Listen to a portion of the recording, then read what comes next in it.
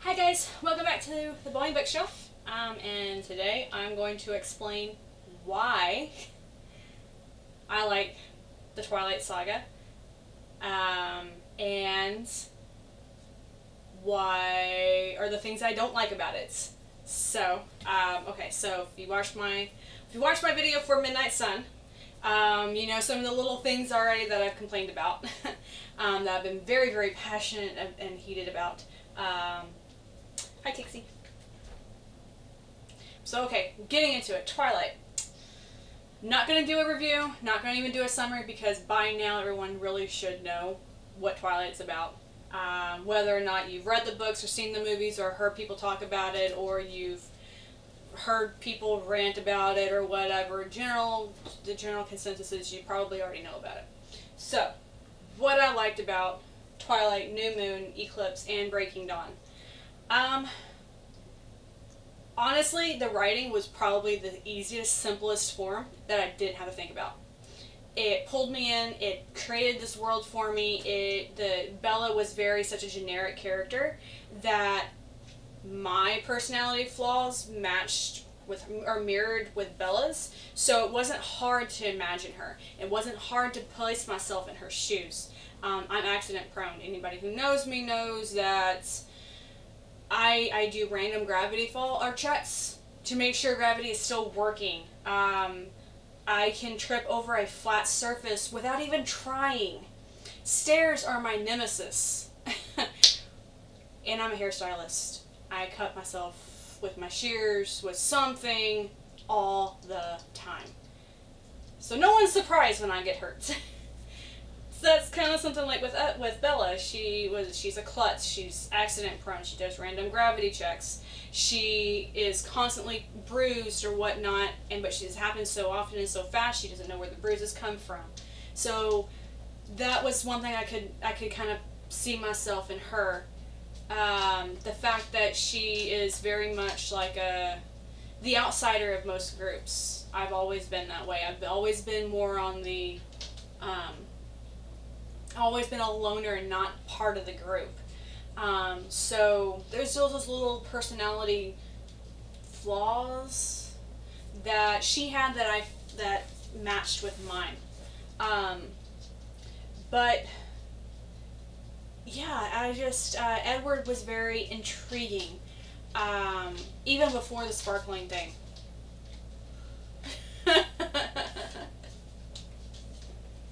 I can't keep a straight face with that. Even before the sparkling thing, Edward's personality, from Bella's perspective, was very intriguing. Because this is like my first full series of a YA book. I don't count Harry Potter because that started off as an intermediate, young readers intermediate.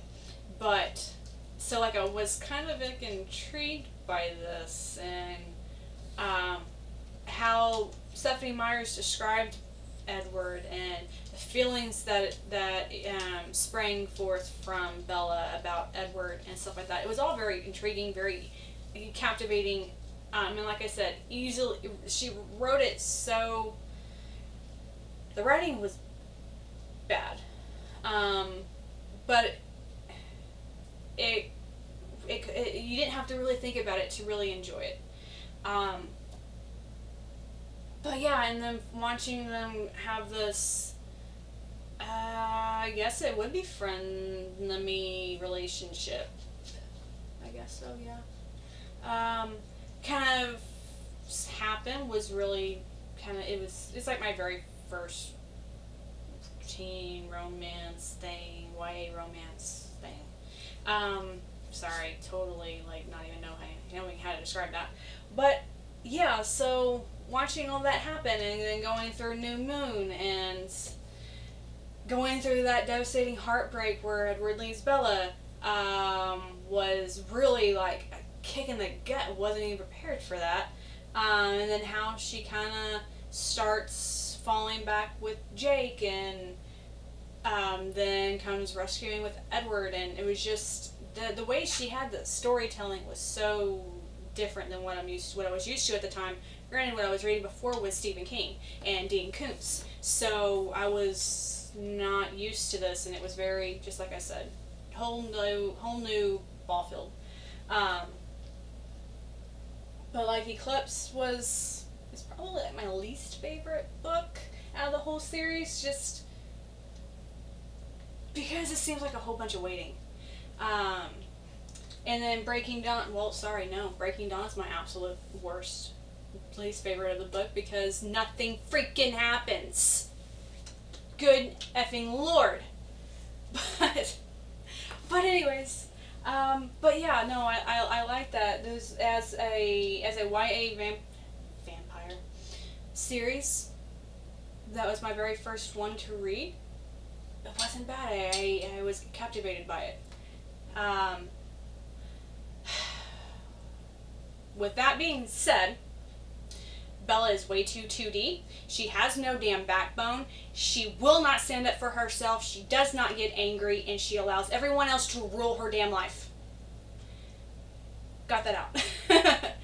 Those were the most frustrating emotions that she had, or the things that I found with her, because it's everything that I would not be. She's more passive, where I'm more aggressive. If I was Bella and Edward left me out in the middle of the damn woods breaking up with me, oh, you better believe I would shoot his ass out. Oh my God. I would not have promised him anything. I wouldn't have chased after him. I'm like, bye. Don't need you. But that would have been me. Sure as shit wouldn't have run after him to Italy. You want to die? Go die. You're not even a man. Edward's, oh my God, fighting against wanting her and then turning her. Oh my God, just please. Name one vampire, traditional vampire, that would have denied that. Nobody. None that I know of. The sparkling thing. At first it was very like, oh my God, this is so cool. Because I've never had seen a vampire in the sun. Because you know, growing up with Dracula, he'd burn like that into ash.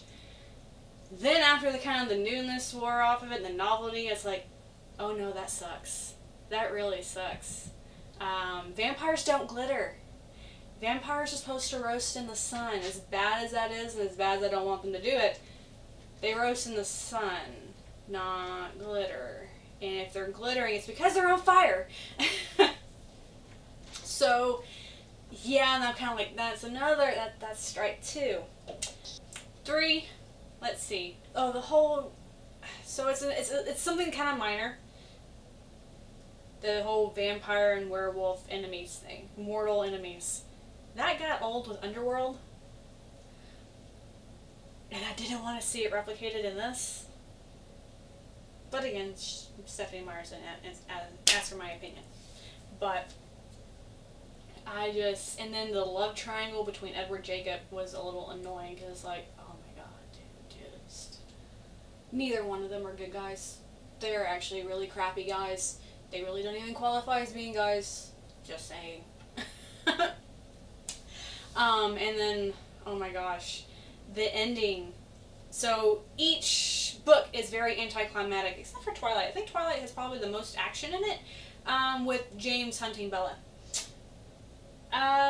No, maybe Eclipse, the fight scene, but a whole bunch of talking. Stephenie Meyer's just talking, not battle. Breaking Dawn was horrible in the fact that they stood about a mile apart from each group and talked. There was no action. The movie actually did better than the book with that scene. Oh my God, it was very frustrating and very much of a letdown. The fact that we had been waiting for 3 damn books for Bella to be turned into a damn vampire. And one, she gets a kid, and then gets turned into a vampire, and then she's on autopilot because she's fearing for her family's safety and lives. So we don't actually get to enjoy Bella being a vampire. It felt like it was relentlessly ripped away from us. But overall, I love the series. I really do. It is a guilty pleasure for me. I will always go back and reread it. Not every year, not every 2 years. The last time I read these books was in 2016. So I'll probably pick them up towards the end of the year again, just because, I mean, with Midnight Sun coming out, I just kind of want to, like I said, relive the world again. But like, as much as I love them, there are things that piss me off. The Twilight Saga is the epitome of junk food reading. There's no real sustenance in it, no real learning. It takes something as amazing as vampires have been and cheapens them up. Oh, that was another thing I forgot. Where's their damn fangs? In my head, when I read the series, Edward has fangs. They all have fangs, not normal teeth. And they all drink human blood. I'm sorry, this only drinking animal blood bullshit was just that. It was bullshit. But again, it is, if you want good junk food reading, Twilight Saga is it. Mainly because you don't have to think about the reading. It drags you by the hand to where it wants to lead you, and you don't really need to worry about trying to keep up because the writing is that simple. But again, it's something that I love. I understand a lot of people really truly hate this, which I don't quite understand why people are so triggered over the Twilight series. If you really don't like it, why are you thinking so much to hate it? And why would you begrudge someone to love it?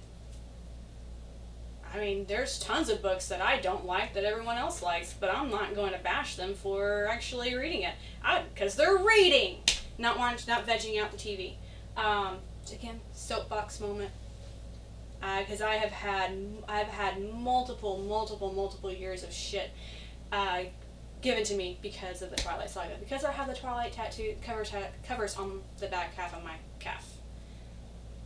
Don't care. It's a guilty pleasure for me, and I enjoy it. Why does it give someone the right to belittle me for my likings, or anybody else's likings for that matter? And again, stepping off my soapbox for a minute, trying to keep this happy and fun. But you see, anyways. But yeah, so they're crap reading. Characters aren't really all that great. Very generic flaws. Very annoying character traits. But I like it, and I'm not sorry. I'm not even sorry that I'm sorry about or not sorry. So take it what you will. You hate it, you love it. It's okay. World goes on, and I can enjoy it, and everyone else doesn't have to. But yeah, very convoluted, very rambly, but that seems to be my norm. But yeah, those are my likes and my dislikes of the Twilight Saga. I'm curious to see what everyone else thinks. I know my viewings are a bit more benign as some of the others. I've talked to a few clients of mine while doing hair on their thoughts on the Twilight Saga, and they're very much more radical than mine.